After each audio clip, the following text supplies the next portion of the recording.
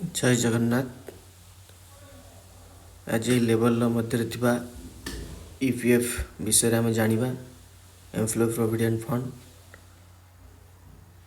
यह केबे लागू होता कहीं लागू होता आमर बेनिफिट कौन से विषय आम जाना ईपीएफ एक्ट विषय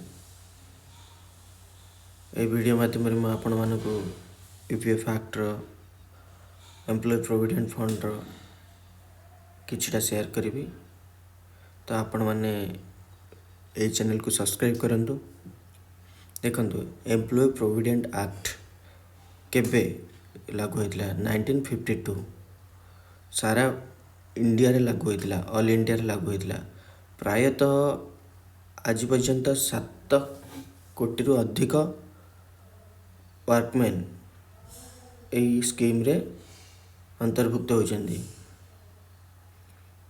ईपीएफ एक्ट कौन केउठी एप्लिकेबिलिटी हुए मतलब केउठी अप्लाई हुए आर बेनिफिट कौन ए विषय आम जानिबा। फास्ट यह कौन ईपीएफओ कौन एम्प्लॉय प्रोविडेंट फंड एक्ट कौन से विषय जानिबा। तापर आसला हमर कंट्रीब्यूशन केते होता है क्यों रेट हिसाब से आमर पीएफ कटि थाए केते परिमाण पीएफ कटि थाए से अमाउंट केते से मध्य केतोटी आमर अकाउंट थाए सब कुछ यही वीडियो माध्यम जानिबा। आसन जानिबा पीएफ अकाउंट कौन एम्प्लॉय प्रोविडेंट फंड एक्ट 1952 यह एक ऑर्गेनाइजेशन ईपीएफ आपण मैंने जानी रखु तो यह सेंट्रल गवर्नमेंट द्वारा परिचालित होता है। सेंट्रल बोर्ड रो निर्दिष्ट टीम यहाँ परिचालना करती ministry of labour and employment यही ऑर्गेनाइजेशन को परिचालना करते एम्प्लॉय प्रोविडेंट फंड ऑर्गेनाइजेशन जार नाम ये आसीगला what is EPFO. EPFO scheme विषय आप जानी आपणकर 2टी अकाउंट थाए किंतु एमध्य 4टी अकाउंट थाए से आम 3टी अकाउंट विषय डिस्कसन करवा।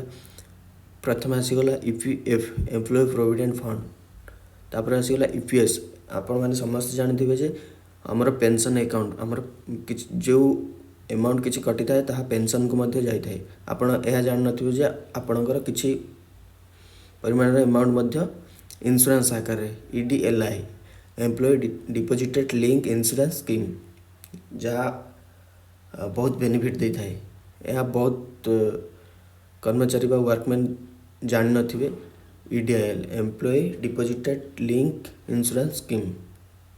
तो ईपीएफओ आपणकर जहाँ जमा होता आपण रिटायरमेंट पर उठे पारे कि आगर एडवांस आकार उठे पारे। ईपीएसओ आपण पोस्ट रिटायरमेंट पेंशन यह मध्य बहुत बेनिफिट दे थाए जानी रखु यह केते परसेंट कटि थाए केते परिमाण अमाउंट पेंशन रे जाई थाए केबे आमे याकू विड्रॉ करि परिबा। ईडीआईएल एम्प्लॉय डिपोजिटेड लिंक इंश्योरेंस यह बहुत बेनिफिट दे थाए कारण जेकोसी वर्कमैन कारण कौन कारणवशतः डेथ हो जाए कि किसी हो जाए यही इंश्योरेंस स्कीम फैमिली मेंबर को बहुत हेल्पफुल करता है। तो आउ गोटे अकाउंट रहीगला हमर ईपीएफ एक्ट केउंटी लागू होता है तो से अकाउंट विषय में तो यह ऑल इंडिया लागू होता है बहुत सारा इंडस्ट्री लागू होती बहुत सारा ऑर्गेनाइजेशन लागू होती जो ऑर्गेनाइजेशन रे 20 रु अधिक कि 20 वर्कमैन काम कर आमर यही ईपीएफ एक्ट लागू होता है। तापर जदि कम हो जाए फिर भी यह लागू होता है। स्ट्रेंथ कम हो जाए कि स्ट्रेंथ बढ़ी जाए तो यह थरे लगिगला तो कंटिन्यू चली थाए।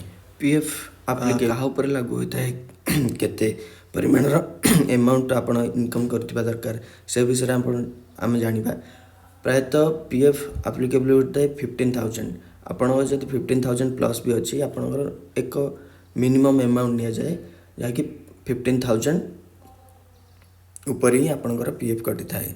तो आपन जदि 15,000 ऊपर अच्छी 12% हिसाब से आप केवल 1800 टंका ही आपणकर पीएफ कटि थाए।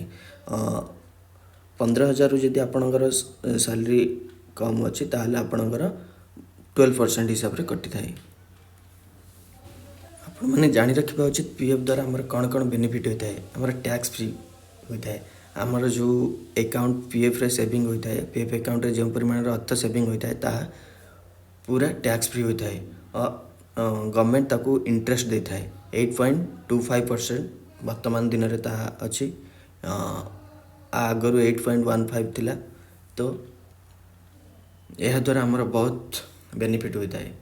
Post retirement benefit full PF and EPF आपण जदि कौन ऑर्गेनाइजेशन 10 वर्ष काम करदे कि ताठार अधिक काम कले आप दुटी जा उठाई पारे। इमरजेंसी समय भी आप health, marriage, house loan, home loan ये सब आकार आप विड्रॉ करें। आपण मैंने जानी रखा उचित कौन से आम इमरजेंसी समय ईपीएफ अकाउंट मध्य आम कि अर्थ विड्रॉ करें एडवांस आकार रे। Death, marriage, house construction loan, home loan तापाई एक फॉर्म भरवा को पड़ता है। तो से फॉर्म विषय मु आगामी वीडियो कहबी। आपण मैंने जानी कि आपण जदि 5 वर्ष जॉब कला परे ताहा विड्रॉ कर आपन को कौन टैक्स देवा को पड़ न थाए। और बेनिफिट विषय जानिबा ईडीएलआई यह एक लाइफ इंश्योरेंस जहाँकि आम एलआईसी कि कौन सी इंश्योरेंस करता सेपरी यह एक आम ईपीएफ रे इंश्योरेंस आकार काम करता है। मु नेक्स्ट वीडियो आपन को यूएन नंबर विषय रे केते परसेंट कटता है पीएफ तार एग्जांपल सहित नेक्स्ट वीडियो रे मु आपण मन को जणेबी। से मोर ये चैनल को आप सब्सक्राइब करंतु, शेयर करंतु। जय जगन्नाथ।